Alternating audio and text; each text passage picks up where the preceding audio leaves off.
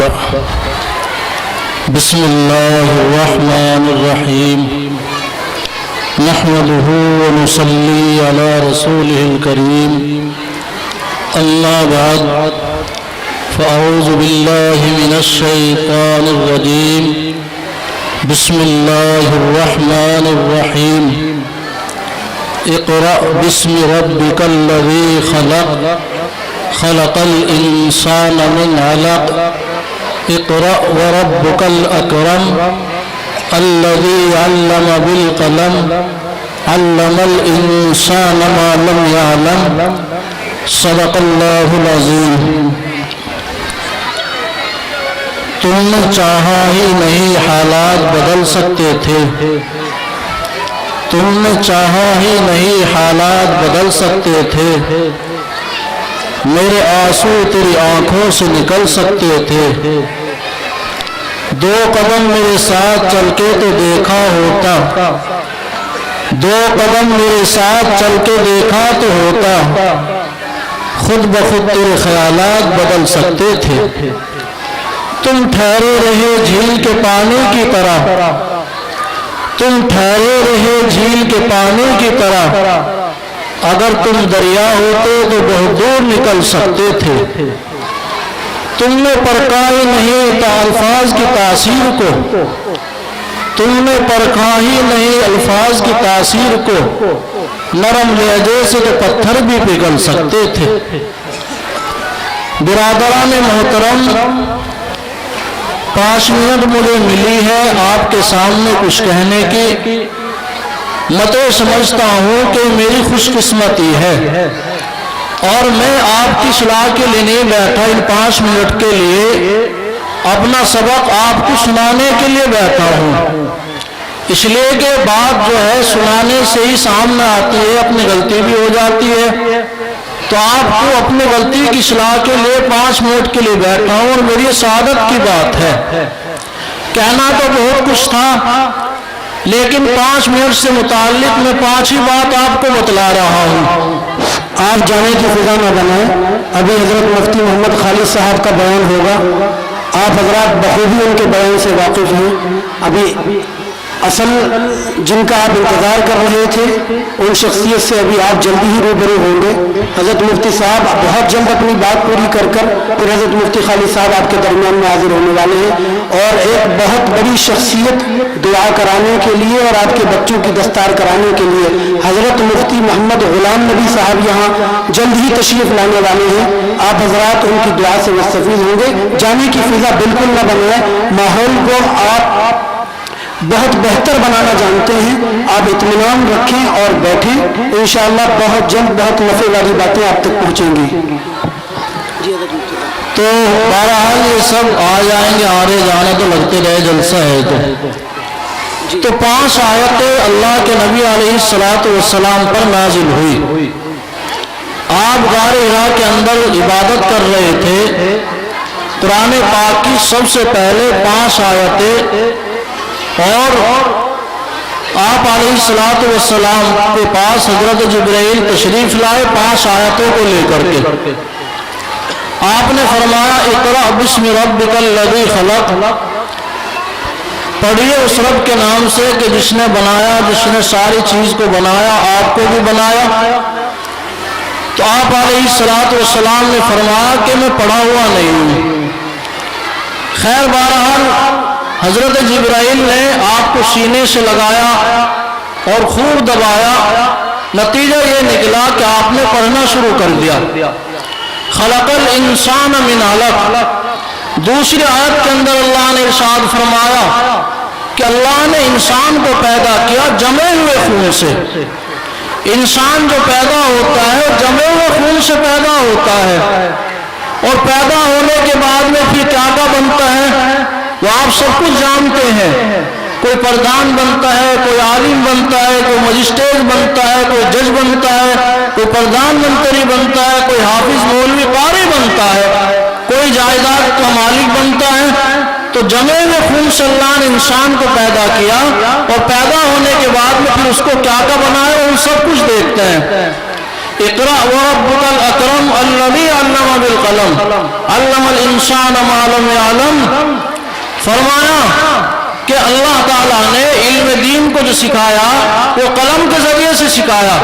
محدثین لکھتے ہیں، مفسرین لکھتے ہیں اس بارے میں کہ قلم ایک ذریعہ ہوتا ہے پڑھنے والے کے بارے میں اور کتاب کے بارے میں.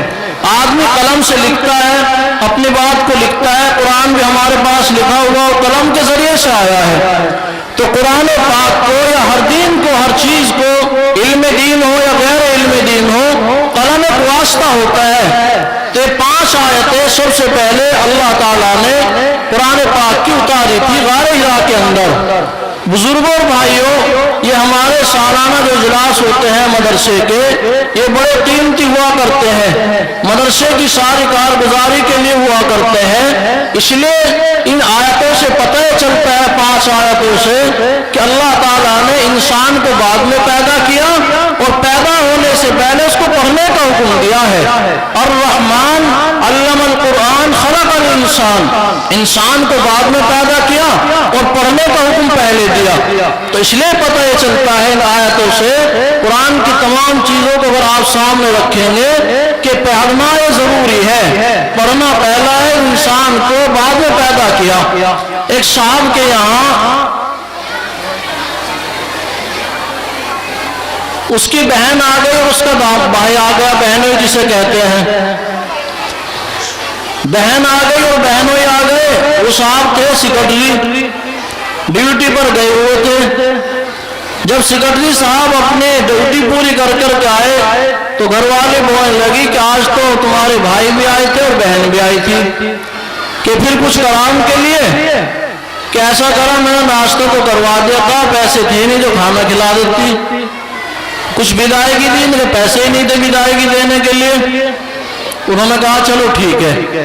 بات کو دماغ میں بٹھا لی سیکرٹری صاحب نے، ٹھیک ہے. اب کچھ دنوں کے بعد میں اب اس گھر والی کے بہنوں ہی اور پھر بہن آتی ہے. سیکرٹری صاحب اس روز بھی ڈیوٹی میں تھے. جب سیکرٹری صاحب آئے تو پھر گھر والی نے کہا کہ آج تمہاری سالی صاحب بھی آئی تھی اور تمہارے سالو صاحب بھی آئے تھے. کہ پھر کیا کرا کہ ان کے لیے میں نے ناشتہ بھی کروا دیا اور کھانا بھی کھلا دیا اور بدائیگی بھی دے دی، اس لیے کہ تمہاری چھوٹی سالی تھی. سیکرٹری صاحب نے کہا کہ پیسے تو آج بھی نہیں، تو پیسے تو میں نے آج بھی نہیں دیے تھے، پیسے کہاں سے آئے؟ وہ کہنے لگی گھر والی کہ اصل میں نے پڑوس میں سے مانگ لیے تھے.